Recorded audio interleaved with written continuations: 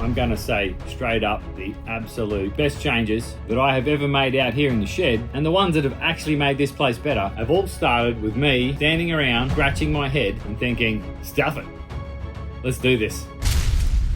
G'day, my name is Dainer and welcome back to the shed. So today I want to walk you through my shed, give you a bit of a tour, talk about some of the biggest changes I've made, and share a heap of advice for anyone running a small workshop, although any workshop, side hustle, or a backyard setup, or especially if you're just getting started.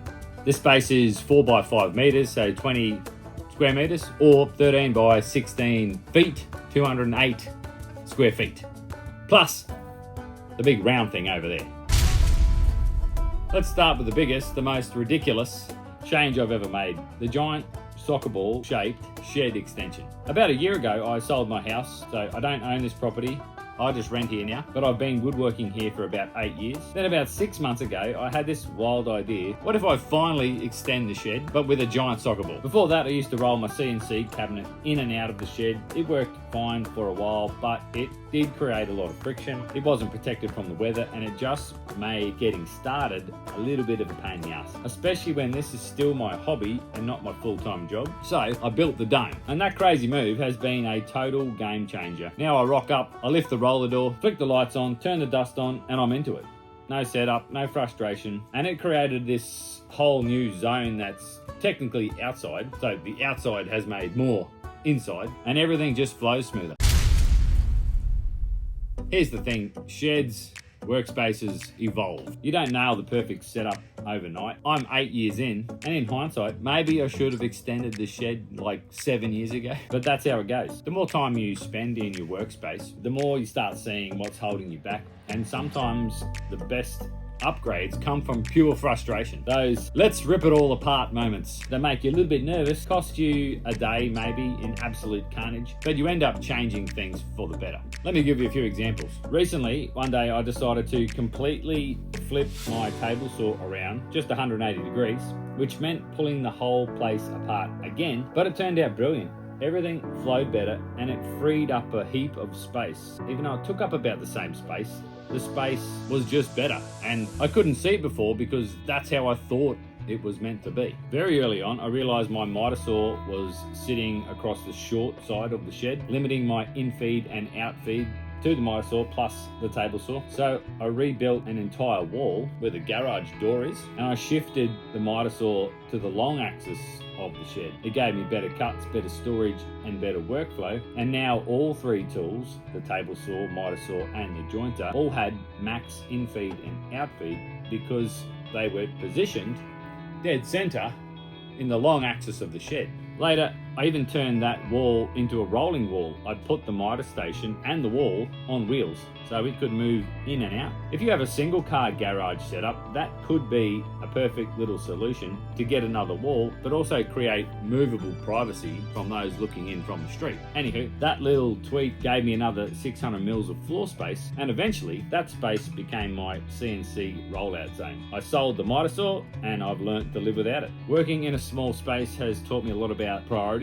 When you don't have endless room, every decision counts. Where things go, how you move, even what projects you take on. It's not about doing less, it's about doing things smarter. At first, I used to think a bigger space would automatically make everything easier, but it turns out the challenge of working in a small space actually forces you to be more efficient. Every tool, every process, every workflow has to earn its place. In fact, my dream workshop is actually something smaller. It's a standard shipping container, the ones with the side doors, and I would stick the giant soccer ball on the side. That would give me the lateral space I need for this setup, plus all the length that I could possibly need. So these mindsets have changed how I build, how I plan, and even how I think about tools, and that leads me to something I wish I'd realized a lot earlier, probably the most important lesson I've learned along the way, which is the moral of the story. Those crazy ideas you get while staring at your shed having a cup of tea, just do them. Turn the place upside down for half a day. What have you got to lose other than half a day? And you'll probably end up with something 10 times better. All right, let's talk about tools, because this is probably the most important bit of advice that I can actually give from everything that I've learned out here. Now, first up, I'll say having fewer tools is is or was never the goal. That just happens to be what works for me and my space. If I had a big shop and unlimited room, I'd absolutely have all the things that do all the things if I could afford it, but at heart, I'm a tight ass, so I probably wouldn't. All right, let me quickly jump in, tell you exactly what I've got and what I've had in the past and is now gone. I have a table cabinet saw with a router table on the side with a nice chunky router lid. I have a bench top, thickness of planer. I have a CNC. I've got a 2 horsepower dust extractor, shop vacuum, all the usual hand power tools, a selection of hand tools, a good amount of clamps. What has come and gone? I had a bandsaw, sold, no regrets. I had a bigger bench top drill press, sold, got the small one. I had a beautiful, old, restored jointer, sold, no regrets. I bought a big lathe, had a great time with that. I've sold it, don't have any regrets. Whole other side story, that was fun. I've had several lasers, all sold, don't need them. They just take up space in here, okay? Oh, and I got an air compressor for shooting out the nails, essential. Okay, that's it. Okay, just quickly, I'll just throw in here about selling the jointer and how I plan to get by, because I may not have explained that very well. I've got the Barbers Paddock Woodworking router jointer fence. So these fences move independently, so you can set up this router as a jointer. Now, it kind of relies on being able to run one of these massive bits. You can use any straight bit, but if I'm literally going to replace something else, I need something with a fair bit more herbs and spices. Now, this fence alone, there's a tiny bit of movement because it's all 3D printed and you can only joint small parts. The plan for me is to have this fence, it can move independently. I'll have some brackets in other T-track. Once it's positioned, I can lock it down. I'll have a very rigid infeed and I can joint bigger parts. This is going to be cool. I'll use this in conjunction, flattening and making timber parallel with the thicknesser, because there's heaps of techniques that you can get away with to do that, and that's how I'm going to get away with not having a jointer, and that's all I have to say about that. Okay?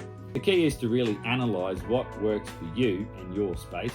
Every shed is different, every project is different, and every workflow has its own rhythm. So instead of chasing someone else's dream, build one that actually suits how you work. When I first started, I fell into the same trap we all do, watching YouTube and thinking, I need one of those. I want one of those, and I must upgrade that thing because it'll just be better. And it does this a little bit better, but the same. And sure, they're all nice things, but looking back, if I hadn't have spent thousands chasing bandsaws or unnecessary tool upgrades, I could have bought the 2 tools I'd wanted from the start much earlier, which is a cabinet saw and a router in a lift. The funny thing is, those are the 2 tools which I had researched more than anything right from the start, and now they've become the heart of my workshop. I use them every single time I step into the shed and pretty much on every single project. So here's my advice: keep your eyes on the prize. Don't get distracted by every shiny new tool you see online, and then ask yourself, does this tool actually improve the way I work? Can it do more than one thing? Does it really fit my space and the projects that I'm doing?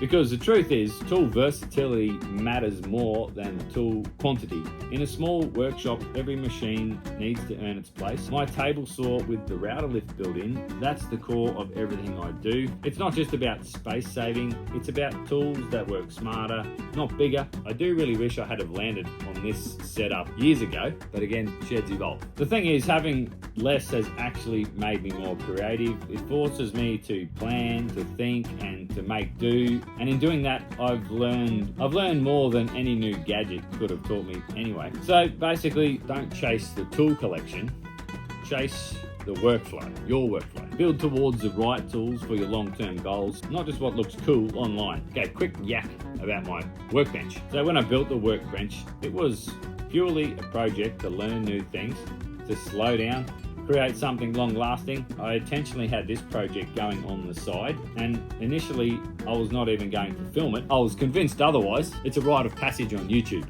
apparently. But it wasn't rushed, it wasn't perfect, and it was made without expensive timber. It was made from what I collected for free. But in building it, I learned a lot about patience, about design, reading plans, craftsmanship, and how to sharpen chisels. The project reminded me that not every build has to be for a deadline or a challenge. Some builds are just for you. A passion project, if you will. Something that teaches you to take your time and appreciate the craft for what it is. And that's where the real lessons started to sink in. Not about the workbench itself, but how how I approach every tool, every project, and every upgrade from that point on. The bench is kind of designed for hand tool woodworkers. I have hardly used it for that, but I still love it. It is rock solid. It is great for clamping the shit out of things. It's nice and flat, and hopefully I can hand that down to someone else one day. The sponsor of this video is FlexiSpot. I've been spending a lot of time in this area, and what I've been doing up until now is dealing a dining table chair. Inevitably, I get a lot of back pain because, let's face it, I'm getting old. And if I tried to lean back to stretch my back and neck, I'd probably fall off the chair. And that is why the FlexiSpot C7 Max ergonomic chair is absolutely perfect for me. It has got so much adjustability, specifically the headrests, which can be raised and tilted for the perfect fit. The lumbar support is different to other chairs as it focuses on the lumbar and the sacrum, the lower back, making it more ergonomic. The ability to set the chair up exactly as you need it with seat depth and angle, and the 5D armrest are perfect for gamers or others who like to do hours of work on the keyboard. And my absolute favorite feature is the recline. One quick flick and you can just tilt back nice and stable and have a good old think and reflect about how comfortable this chair is. And if you really want to take a spell, you can also kick out the leg rest and take even more than just 5. And trust me, when you've spent 22 years in helicopters and the military, a lot of your body parts need a little extra support. There is a 30-day risk-free trial with direct replacement for damaged parts. Use my code C750, which is in the description down below, and you'll get $50 off. FlexiSpot has a few other options. If you have a limited budget, the C5 chair is also a top quality build with a lot of the basic functions for adjustments as well. And FlexiSpot have also just launched the new C7 Morpher chair, which features a complete upgrade to the lumbar support and the backrest. Thanks very much to FlexiSpot for sponsoring this video. People always ask me if I started again, what tools would I buy? So here's what I do. I would beg, borrow, or just buy secondhand cheap tools to just get started. You want to find out if you actually like the hobby before you lay down the cash. Then I'd still save up for a decent job site saw. They are more affordable, and waiting for a cabinet saw, you may not just get started. So basically, get yourself the best that you can afford, something safe, something reliable. After that, I'd get a palm router. I'd probably turn that into a DIY router table, which I did do. Those two tools, a table saw and a router, can do nearly everything. From there, once I'd made a few bucks, I'd upgrade to a proper router lift and a cabinet saw. And then I would add a thickness planer, because as messy as it is, a router can flatten off all your timber. The planer can wait. So that's the core setup for me. Table saw, router table, thickness planer. Saying that though, one day I will treat myself to a thickness planer jointer combination, just for the footprint alone and a little bit of an increased workflow and efficiency reason. Everything else, optional, nice to have, but do what works for you. And look, my workshop is not fancy, it's small, it's a little bit scrappy, but it is realistic, and that's what people like about it, I think. It's relatable. You don't need all the fancy gear, you just need to make stuff, learn stuff, and enjoy it. For me though, it's what the space actually gives me, and that's actually what's most important. If I had to start all over again, as in build a new shop with what I know now, not as a beginner, I'd start by thinking about workflow first, not tools. I'd plan my space around how I move, how I cut, how I sand, and how I slide. I'd buy the best tools I could afford, one by one, only when I knew exactly what role they play. And most importantly, I'd remind myself that woodworking isn't about the equipment, it's about the craft. The tools help, sure, but it's the time, patience, and the creativity that make the project come to life. So whether you're in a single car garage or a backyard shed like mine, don't be discouraged by what you don't have. Just start with what you've got, learn from it, refine it, and enjoy the process. Because in the end, it's not the tools that make the maker, it's the maker that brings the tools to life. I've been moving towards one central storage area or system, which is mostly drawers, and we know how much I love them. No random shelves or tubs that just fill up with dust, just drawers, well labeled eventually, well organized, hopefully, and I'll know where everything is, and easy to keep clean. People say that drawers are where tools go to die, and I 100% disagree with that. If you actually put things back they'll save you hours. It's not about OCD, it's about workflow and keeping the shed good to work in. Again, that's what I know works for me. My shed has fallen victim to masses of receptacles, random storage systems and projects. It has evolved over years of collecting all sorts of things and stuff. But the plan is to simplify literally everything in here. And same goes with dust collection. I'm keeping it simple. Just one port, one hose for all the main tools, and one for the CNC, so we can both work at the same time. I'm upgrading soon to Anthony's 3D printed ball valve blast gates. They'll make switching between the table saw and the router quick and easy. No wrestling with hoses, and they're absolutely genius. You should go and check out his website, and because Anthony has been so helpful to me, I think I need to print a statue in his honour. And of course I'll need one of Dave Kelly as well.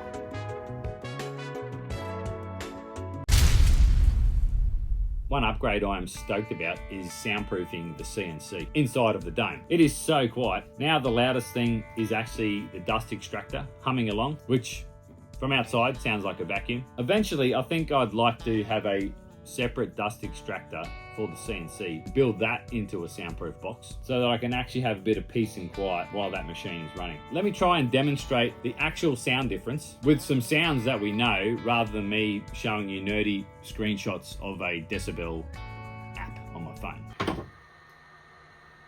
Pretty quiet.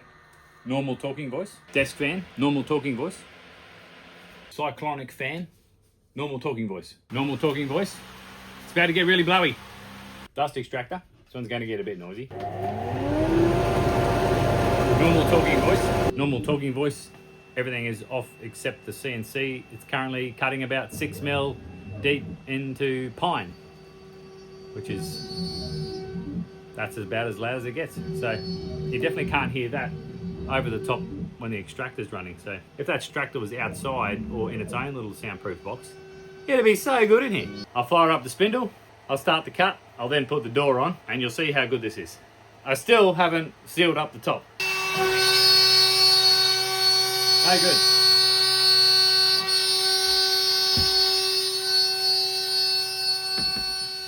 good. Okay, and just one more time. I'm outside here. I'm talking in my inside voice. You can just hear vacuum cleaner like hum going on. So it's pretty cool. I like it. Definitely worth the money I spent. Which on the big scheme of things, it's not that much. I mean, for the sanity, I think it's money well spent. But trust me, it works.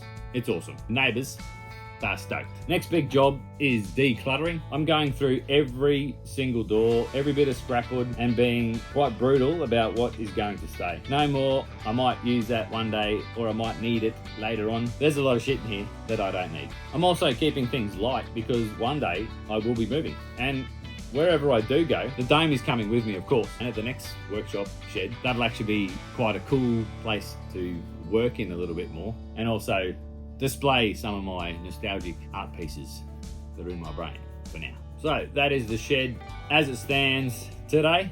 There's probably more advice than all my bits and pieces, but hopefully I showed you all the bits and pieces during the video. And if you do take away one piece of advice from me, let it be this: when you catch yourself standing in the shed wondering, what if I just moved that? Then you probably should just do that. Just do it. Just get started. Those big, scary, laboursome changes, they are usually the ones that will make the biggest difference. Okay?